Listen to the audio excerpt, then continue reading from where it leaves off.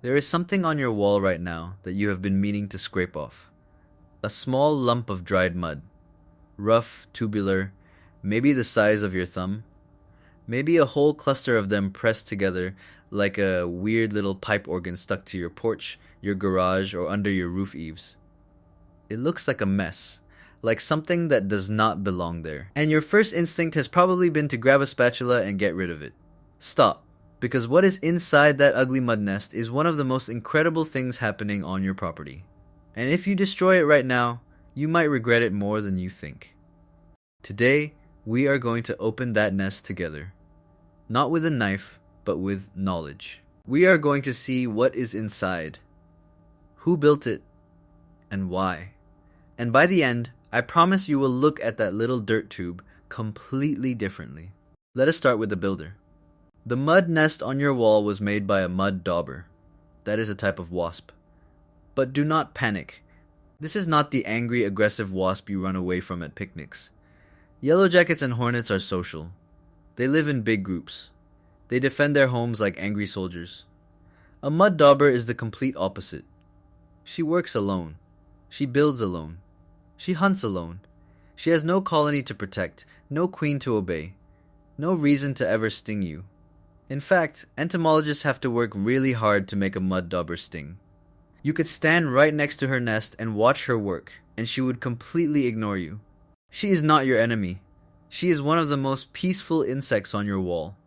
So what is she doing? Why does she build that mud tube? Here is the beautiful part. She does not live in that nest.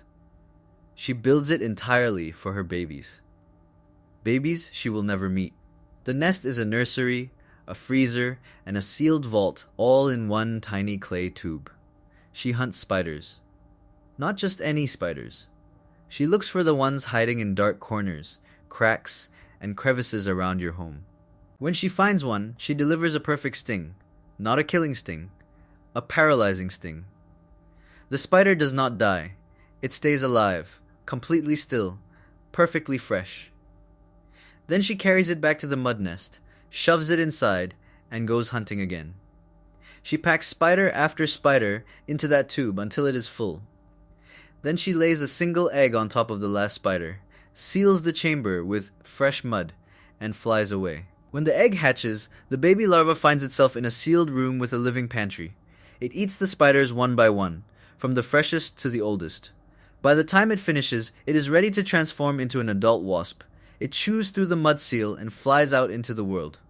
That entire process has been happening inside small mud tubes for over 100 million years. Now here is the part that will shock you the most.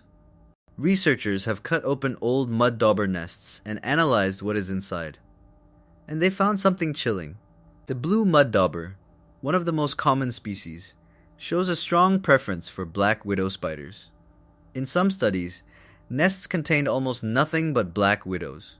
Dozens of them. All paralyzed and stored inside that little mud tube on your wall. Let that sink in. That ugly structure you have been wanting to scrape off may be actively stocked with the one spider that poses a real medical risk to you and your family. The mud dauber is not just sitting there. She is doing targeted pest control in the exact places where black widows love to hide. Under your porch. In your garage corners. Behind your storage boxes. No spray reaches those spaces as reliably as she does. No trap hunts as precisely as she does. And no chemical leaves the area as clean and spider-free as she does. Because she does not just kill spiders. She removes them completely, one by one. If you have ever found a black widow in your garage and felt that cold fear, understand this. The mud dauber on your wall may be the only reason you are not finding more of them. There is one more thing inside that nest that deserves your attention. Something that happens when people open an old, abandoned nest. Out fall the spiders. Dozens of them. Perfectly preserved. Dried but intact. Small brown ones.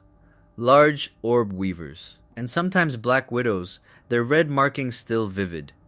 Their bodies frozen in the exact position they were in when the venom hit them. It is one of the most extraordinary and unsettling things you can find on your own property. A sealed archive of your local spider population. a record of what was living in the cracks and corners of your home, collected and stored by an insect. Some people find this disturbing. Others find it fascinating. Most feel a mix of both. But almost everyone, once they understand what they are looking at, feels deep respect for a process so ancient and so efficient that it operates silently on millions of homes every single year. So what should you actually do about the mud nest on your wall? It depends on one thing. Is the nest active or abandoned? An active nest has a wasp coming and going. You might see her carrying mud or dragging a paralyzed spider. If the nest is active, leave it completely alone.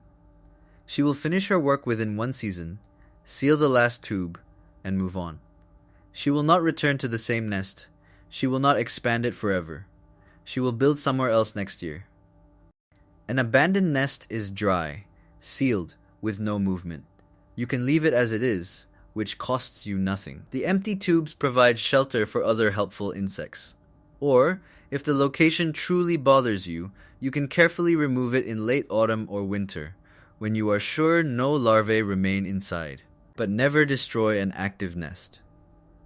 Not because the wasp will attack you. She will not. But because you will be ending a process that benefits your property directly. You will be killing a hunter that does work you cannot do yourself. You will be removing from your local ecosystem one of the most precise and valuable natural controls for dangerous spiders that nature has ever developed. The mud nest on your wall is not a problem. It is a solution. A small, hand-built, mud-sealed solution to a spider problem you may not have fully known you had. Leave it there. Watch her work if you get the chance. And the next time someone reaches for a spatula near one of these structures, tell them what is actually inside.